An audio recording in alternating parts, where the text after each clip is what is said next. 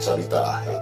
Acau aya nu kitu teh nya gerageun kana awak si pocong teh kitu. Saya teh aya di jero kuburan gitu. Tapi yang anehnya tuh si mayit itu nggak pakai baju. Mencetakkeun akan jadinya geus janji pakai baju ya. Saya itu tidak berarti setelah saya mimpi itu seminggu kemudian saya didatangi oleh kakaknya almarhum.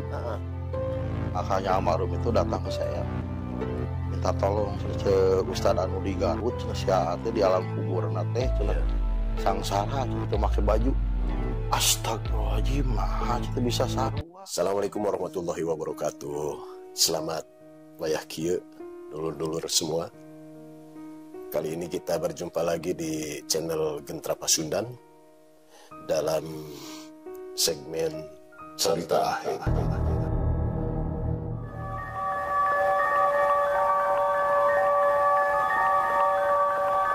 Saat ini saya kedatangan tamu, yaitu namanya Kang Eko Abdul Ghani atau disingkat Eko Abgan.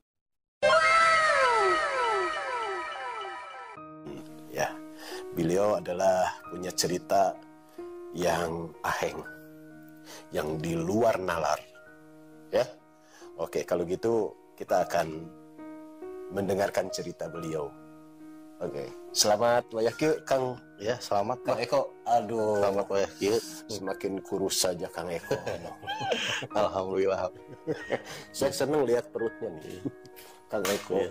Nah, ciri khas. Jadi Ya. kalau perutnya nggak buncit bukan Eko. Ya, Kang Eko, ya, nampaknya Kang Eko masih muda ya, kelihatannya. ya. Padahal Tapi nggak tahu usianya berapa sekarang Kang Eko. ya kelahiran 84 bah. Wah, masih muda jauh dengan Abah, ya. Dan tentunya kalau pengalaman itu kadang-kadang saya punya pengalaman karena lahirnya lebih dulu, dan Kang Eko juga punya pengalaman walaupun lahirnya lebih dari Abah dulu, ya. Kang Eko profesinya yang saat ini digeluti mengenai tentang apa? Alhamdulillah saya terapis bah. Terapis. Ya. Terapis ya. Ya. Sejak tahun 2006. Terapis itu kan banyak ya. Ya. Oh, ada metode ini, metode ini. Ya. Kang Eko apa aja? Saya terapis Tibun Nabawi, Ruqyah, Bekam, Woi. pijat akupresur, sama pijat kebugaran. Wah, mantap. Ada yang pakai jarum tuh, terus Itu jarum akupuntur akupuntur ya, namanya. akupuntur. Nah, itu juga ada. Ya ada. Ada. Ya. Kang Eko, ngomong-ngomong gini Kang Eko. Abah juga pernah dipijit ya sama tukang pijit. Katanya kalau dipijit itu orang yang sakit ke yang dipijit, yang memijitnya terasa sakit. Apakah itu betul? Ya itu sebenarnya tergantung bah. Kalau misalkan kitanya itu tidak ada proteksi, memang secara medis juga orang yang dipijit itu kan sebenarnya mau sedang mengeluarkan oksidasi atau toksin. Nah si terapis ini berusaha mengeluarkan toksinnya. Iya. Kalau dia tidak membaca doa perlindungan dulu atau apa, ya kadang-kadang suka masuk juga si toksinnya si ke terapis itu. Iya. Atau misalkan ada gangguan non medisnya itu, bisa masuk juga ke terapisnya. Gitu. Kang Eko juga kalau lagi praktek,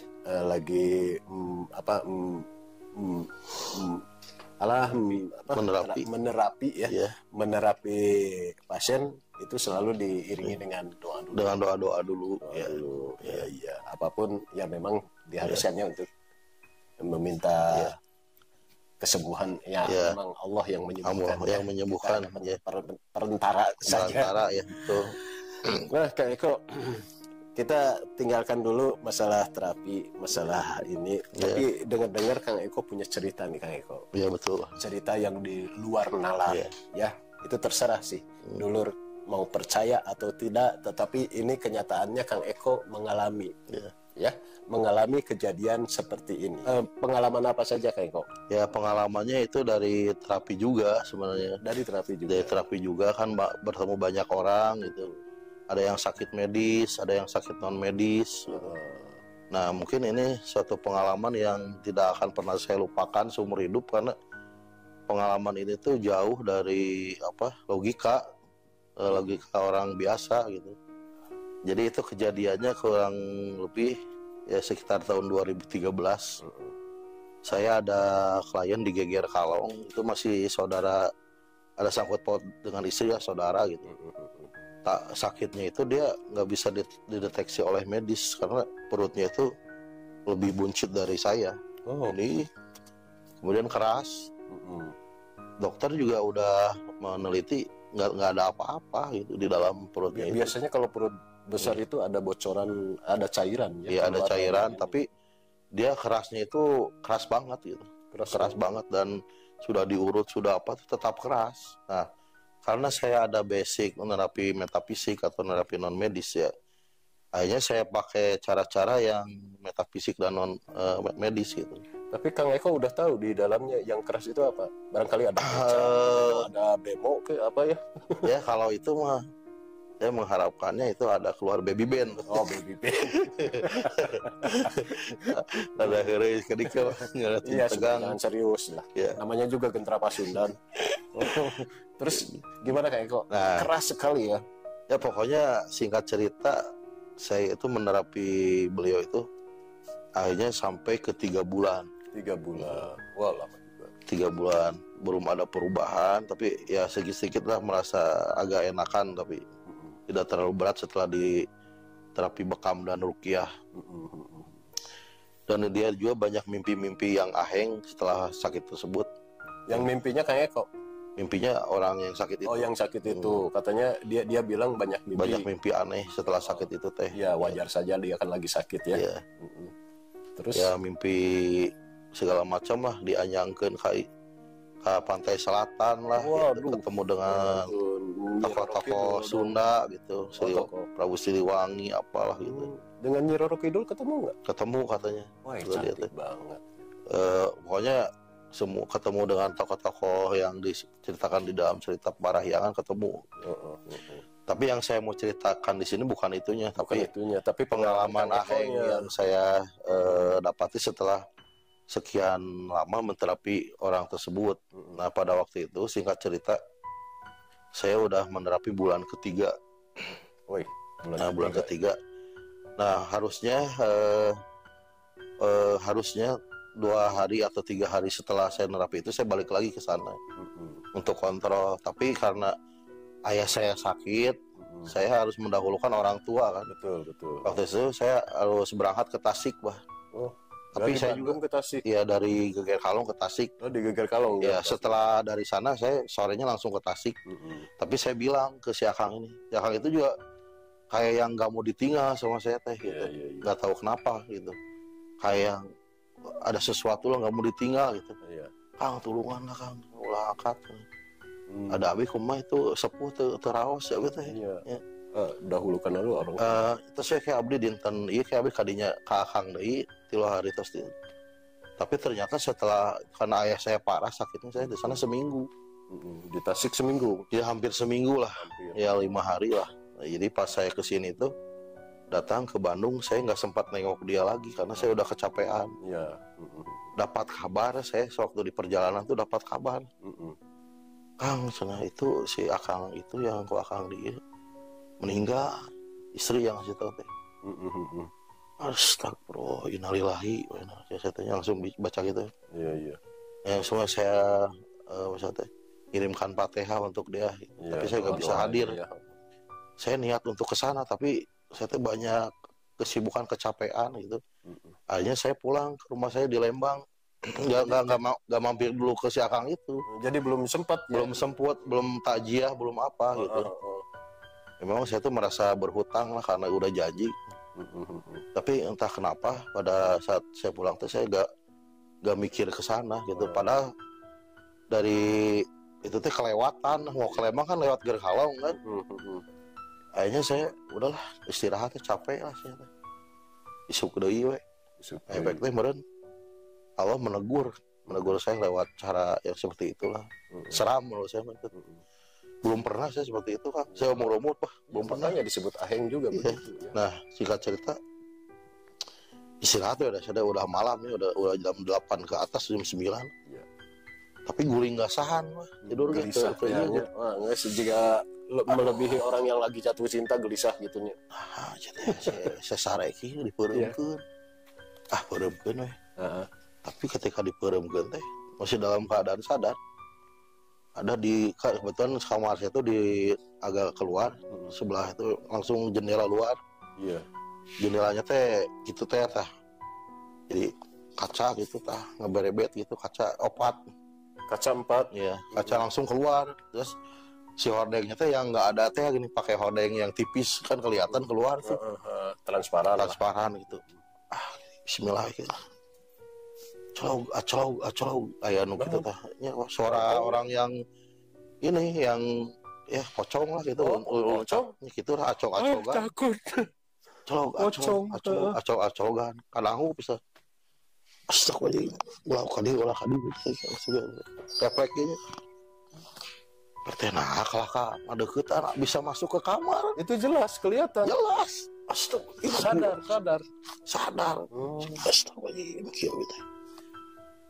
Tah ngarageun kana awak si pocong teh kitu Masuk. Pocong teh kitu tah gubrag kana awak abi teh. Iya. Poek gitu mah. Poek. Ah, teh. Tiba-tiba beberapa lama saya teh. Saya teh aya di jero kuburan. Oh, iya. Bertemu itu klien saya itu ini di kuburan itu. Yang anehnya ini. Yang anehnya itu. Astagfirullahaladzim. Si AA saya teh. Ampura sih teh. Tapi yang anehnya tuh si mayit itu nggak pakai baju. Kan kalau mayat itu pakai kain kapan. Dia nggak pakai baju. Telanjang bulat aja. Ya telanjang.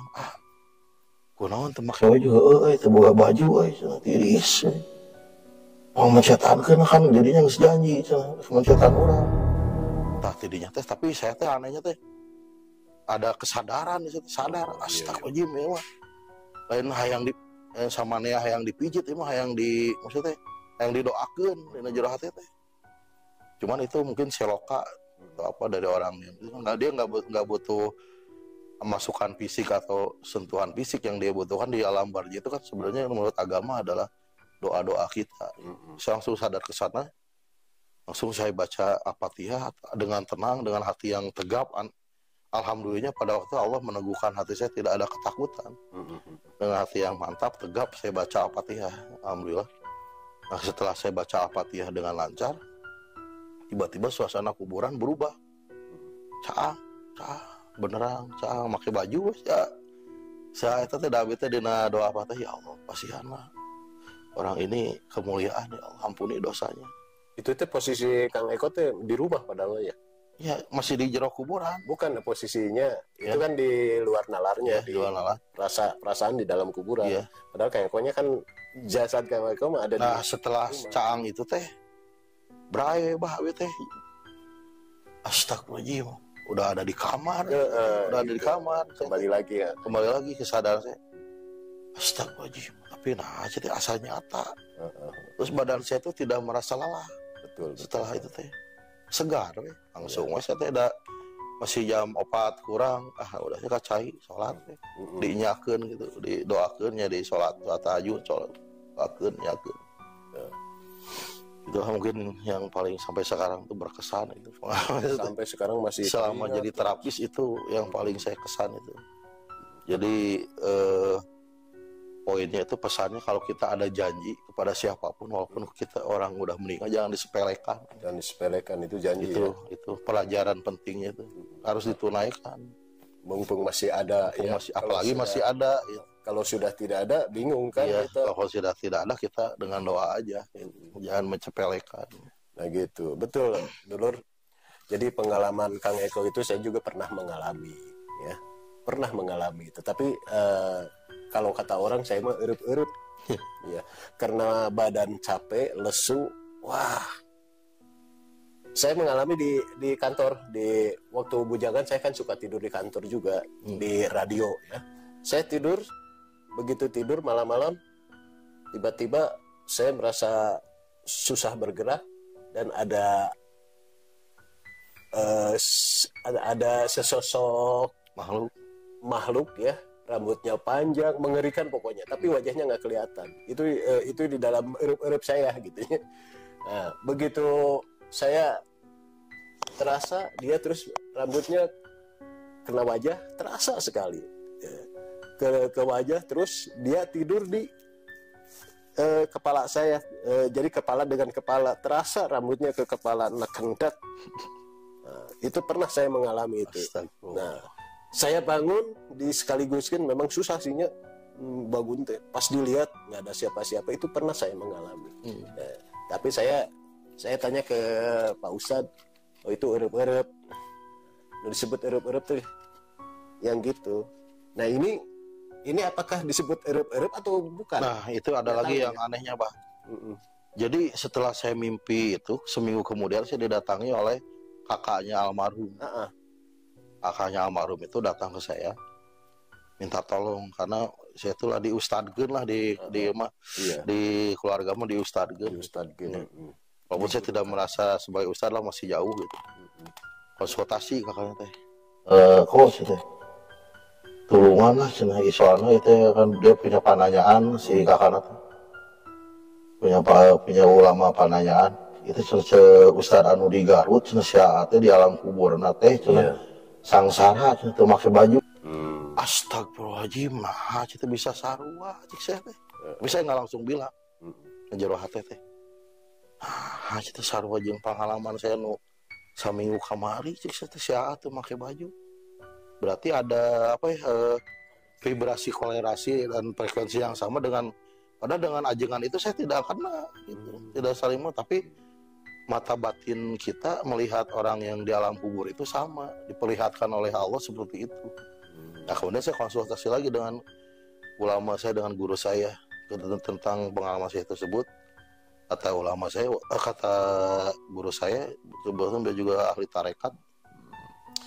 Jadi di tarekat itu ada sebuah ajaran yang mengatakan bahwa itu teh maksudnya alam jabarut katanya. Alam jabarut. Ya, alam jabarut itu ya alam metafisika. Jadi menurut ilmu tasawuf itu, jadi orang yang berjalan menuju Allah itu harus melalui alam-alam, 4 alam. Alam mulki, malakut, jabarut, lahut, opat. Kata teh abi teh tos napa ka alam anu ka tilu. Jabarut, mulki, malakut, jabarut, nu ka tilu, hiji deui cenah tinggal hiji deui alam lahut. Lahut ini paling tinggi. Eta mah urang eta mah lebur.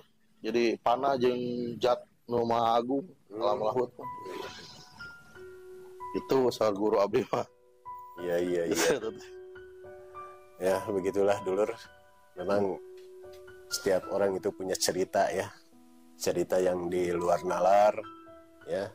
Kalau kita memandangnya secara logika itu mustahil, tapi ya kadang-kadang orang juga ada yang mengalami seperti itu ya, di luar nalar disebutnya gitu ya Kang Eko ya. Kang Eko masih ada cerita lain? Ya sebenarnya ada satu lagi kalau waktunya cukup. Nah kalau begitu di segmen berikutnya nanti ada part 2. Iya boleh. Itu mah pengalaman waktu saya jadi terapis ruqyah. Nah pengalaman itu yang lucu-lucu ya, ada yang itu mah ada seramnya, ada lucunya. Ada seramnya, ada lucunya. Iya itu mah ada lucunya, ada seramnya juga. Nah gitu.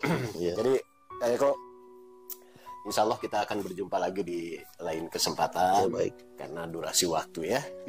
Jadi dulur-dulur itulah pengalaman Kang Eko Abdul Ghani atau Abgan ya, yang menurut dulur-dulur itu bisa dipercaya atau tidak dipercaya terserah Anda ya. Yang jelas di segmen cerita Aheng ini tetap ada di Gentra Pasundan Channel. Jangan lupa subscribe, like, share, komen. Demikianlah bincang-bincang kita di cerita Aheng bersama Kang Eko. Kami ucapkan terima kasih. Mohon maaf atas segala kesalahan. Insya Allah di lain waktu kita akan berjumpa kembali bersama Pak Eon, Kang Eko, dan kawan-kawan. Assalamualaikum warahmatullahi wabarakatuh.